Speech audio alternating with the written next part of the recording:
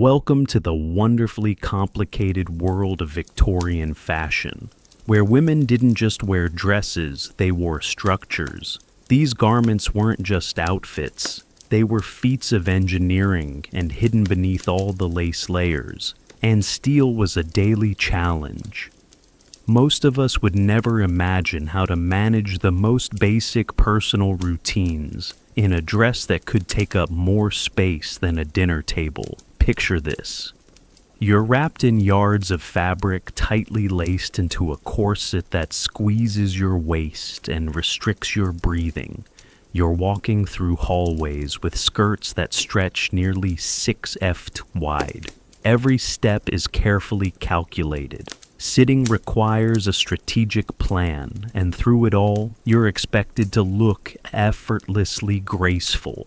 The real question is, how did Victorian women handle bathroom breaks in these towering towers of tulle and steel? To answer that, we need to start at the beginning of a typical day in a Victorian woman's life getting dressed.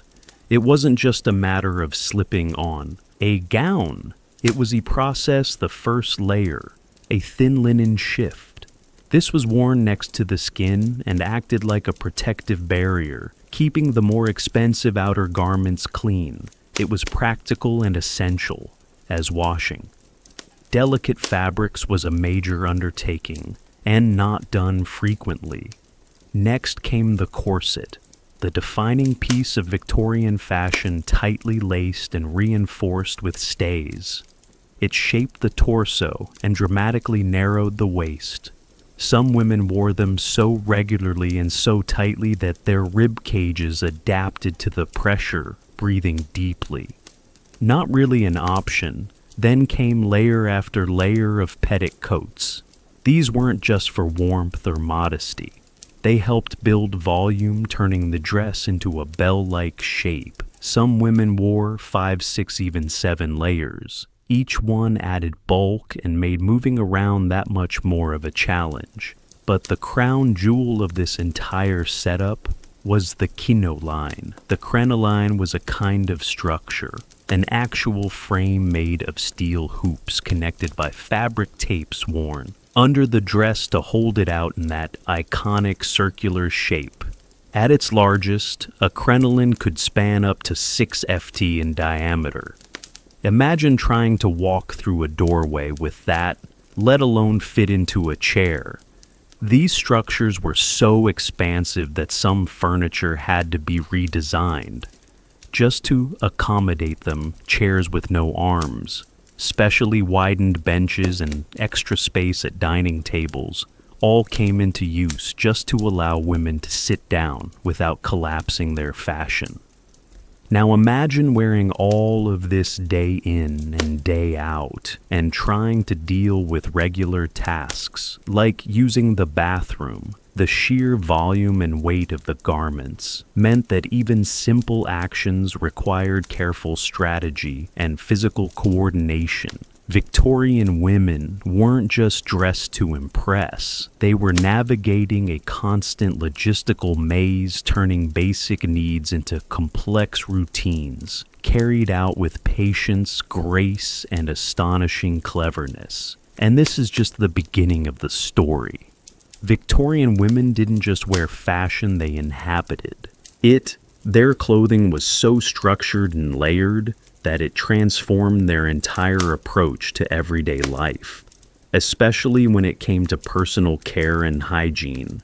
Using the bathroom wasn't just a task, it was a carefully orchestrated performance. The simplest of human needs had to be managed within a framework of lace steel and social expectations. And at the center of it all was a single object that became an unsung hero of daily survival, the chamber pot. But these weren't crude containers tucked under beds. No, they were thoughtfully designed, especially for women navigating elaborate clothing. The most common type was oval, shaped with a smooth, curved interior, perfectly shaped to fit beneath the layers of crinoline petticoats and lace. Some of the higher-end versions even came with tight-fitting lids. These weren't just for controlling odor. They acted as subtle signals to household staff. A closed lid meant ready to be emptied, all without a word being spoken. In wealthier homes, the chamber pot was cleverly hidden elegant furniture, served double-duty chairs with secret compartments, cabinets with concealed containers, and beautiful wooden commodes that masked their real function with expert craftsmanship. These were pieces of both necessity and art behind the scenes. The household staff moved with precision and silence, keeping everything clean and discreet. Their job required more than efficiency. It called for timing, coordination, and absolute discretion. You could think of them as the backstage crew of a very delicate, very refined performance. Now let's talk logistics. A Victorian woman couldn't simply lift up her skirts and be done with it. We're talking about up to 20 lb of fabric and structure, a literal cage of steel hoops and stitched elegance. She had to master a technique that was part choreography, part mechanical know-how. The key was all about positioning. The chamber pot would be carefully placed beneath the layers and through subtle body adjustments and strategic fabric arrangement. The entire process could be completed without removing a single piece of clothing. No zippers, no buttons, just posture control and an incredible sense of balance at formal gatherings. Things became even more refined. Large homes and ballrooms included retiring rooms, spaces specifically designed for women to step away and refresh. These rooms weren't empty powder rooms. They were fully staffed lounges where maids worked like a support team, assisting with skirt placement, timing, and cleanup, all while maintaining the appearance of total grace and discretion. This wasn't just functionality, it was an art form. The ability to handle a complex private need without disturbing one's appearance or drawing attention was a skill women cultivated, passed down, and quietly perfected. They moved through their days like stage performers, always poised, always graceful, even while navigating what was in reality a small miracle of coordination. But here's a twist that might just surprise you. For much of the Victorian period, many women didn't wear what we would today recognize as underwear. At least not in the traditional sense. The sheer bulk and structure of their skirts were considered sufficient coverage, and in the beginning, it wasn't seen as necessary to wear another layer beneath it all. It may sound like the setup to a comedy, but for Victorian women, it was a very real problem. Imagine strolling down a busy cobblestone street, your crinoline catching a gentle breeze, only to have that breeze turn into a gust. In an instant, the entire structure could flip upwards, much like an umbrella turning inside out. And with no traditional undergarments in place, well, let's just say discretion could disappear in a flash. These unexpected fashion mishaps became so common that society had to reconsider what counted as modest. And the result was a small but revolutionary garment, split drawers. Now, these weren't like the underwear we know today. Split drawers were essentially two separate pant legs joined, only at the waistband with an open seam in the middle. It was a clever solution to a very real problem. These garments provided coverage and modesty when walking or sitting, but thanks to their open design, they allowed women to manage their personal needs without removing layers of clothing. It was a brilliant innovation. Modesty and practicality rolled into one with split drawers.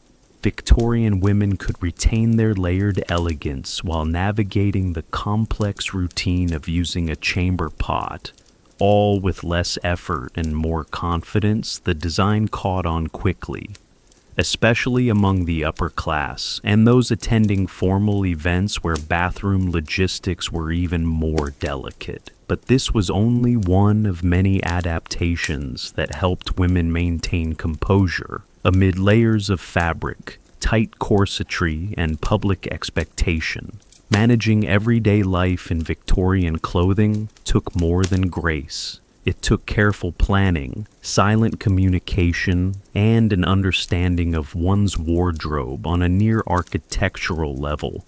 And all of this was done quietly behind the scenes, as if it were the most natural thing in the world. Keeping oneself fresh and hygienic beneath layers of fabric wasn't just about comfort. It was about dignity, especially in a society where appearances mattered almost more than anything, but without the convenience of modern plumbing or disposable products. Women had to rely on a range of clever and sometimes surprising methods. Let's start with the basics.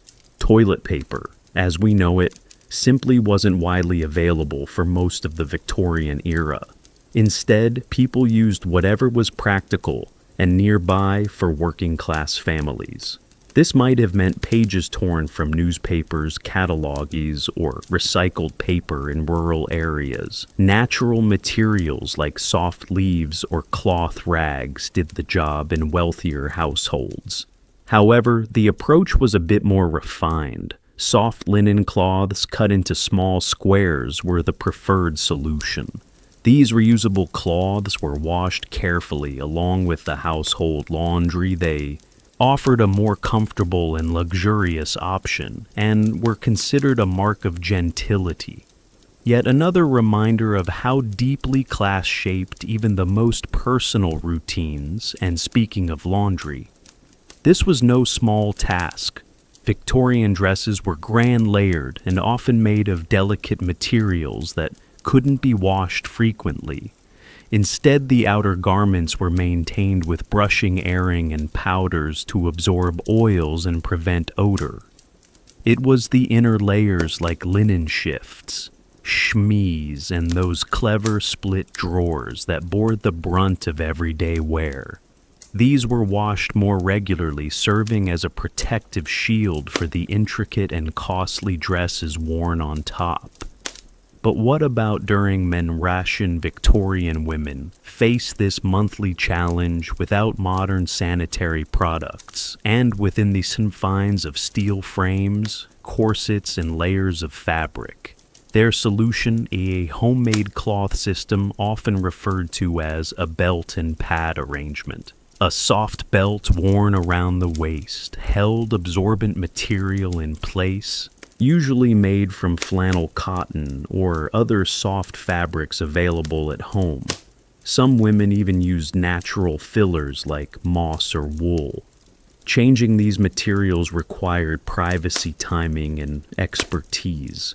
And while there's little written about it because it was rarely spoken of, women often changed their cloths many times a day. It was a discreet routine, performed with impressive coordination, often while continuing to fulfill social obligations or household duties. This entire system was built on silent cooperation and learned technique.